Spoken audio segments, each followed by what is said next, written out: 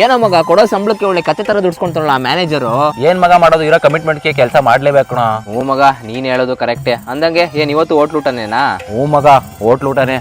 ಏನೋ ಮಗ ಫುಲ್ ಅದೃಷ್ಟ ಮಾಡಿದ್ಯಾ. ನಾನ್ ನೋಡು ಡೈಲಿ ಬಾಕ್ಸ್ ತಗೊಂಬತ್ತೀನಿ, ನಮ್ಮಮ್ಮ ಒಂದೇ ತರ ಅಡ್ಗೆ ಮಾಡುತ್ತೆ, ಟೇಸ್ಟೇ ಇರಲ್ಲ. ಮಗ ಅದೃಷ್ಟ ಮಾಡಿರೋದು ನಾನಲ್ಲ ಕಣೋ, ನಿಜವಾಗ್ಲೂ ಅದೃಷ್ಟ ಮಾಡಿರೋದು ನೀನು ಕಣೋ. ದಿನ ಅಮ್ಮನ ಕೈ ರುಚಿ ತಿಂತಾ ಇದೆಯಾ ಕಣೋ.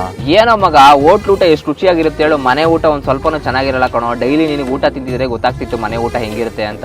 ಮಗ ಮನೆ ಊಟ ತಿನ್ನೋ ಅದೃಷ್ಟ ನನ್ಗಿಲ್ಲ ಕಣೋ. ನಮ್ಮ ತಾಯಿ ಕಳ್ಕೊಂಡು ಸುಮಾರು ವರ್ಷ ಆಯ್ತು ಕಣೋ. ಮಗ ಒಂದ್ ಕೇಳಲ್ಲ, ಇವತ್ತು ನಿಮ್ಮ ಮನೆ ಊಟ ನಾನ್ ತಿನ್ಲೇನೋ, ತುಂಬಾ ಆಸೆ ಆಗ್ತಾ ಇದೆ ಕಣೋ. ಅದಕ್ಕೆ ಯಾಕೆ ಮಗ ಈ ತರ ಕೇಳ್ತಾ ಇದೀಯಾ? ತಗೋ ನನ್ನ ಬಾಕ್ಸ್ನ ಕೊಡು, ನೀನ್ ಹೋಟ್ಲ್ ಊಟ ನಾನೇ ತಿಂತೀನಿ ಇವತ್ತು. ಮಗ ತುಂಬಾ ಥ್ಯಾಂಕ್ಸ್ ಕಣೋ. ಇನ್ನೊಂದು ರಿಕ್ವೆಸ್ಟ್ ಮಗ, ನಾಳೆಯಿಂದ ನಿಮ್ ಮನೆಯಿಂದ ತರೋ ಊಟ ನನಗೂ ಕೊಡು ಮಗ. ನಾನು ಹೋಟೆಲ್ ಊಟ ನೀನು ಕೊಡ್ತೀನಿ. ಇನ್ಮೇಲೆ ಹೋಟ್ಲ್ ಊಟ ಬೇಡ ಮಗ, ಇನ್ಮೇಲೆ ಅಮ್ಮ ಮಾಡಿರೋ ಅಡುಗೆನೆ 2 ಬಾಕ್ಸ್ ತಗೊಂಬರ್ತೀನಿ ಕಣೋ. ಇಬ್ರು ಊಟ ಮಾಡೋಣ ಒಟ್ಟಿಗೆ ಕೂತ್ಕೊಂಡು. ಮಗ ತುಂಬಾ ಥ್ಯಾಂಕ್ಸ್ ಕಣೋ. ಥ್ಯಾಂಕ್ಸ್ ನಿನಗೆ ಹೇಳ್ಬೇಕು ಮಗ. ಅಮ್ಮನ ಬೆಲೆ ಮತ್ತೆ ಅಮ್ಮನ ಕೈ ರುಚಿ ಬೆಲೆ ಏನು ಅಂತ ತಿಳಿಸ್ಕೊಟ್ಟೆ ಕಣೋ. ಹಾಗೆ ಒಂದೇ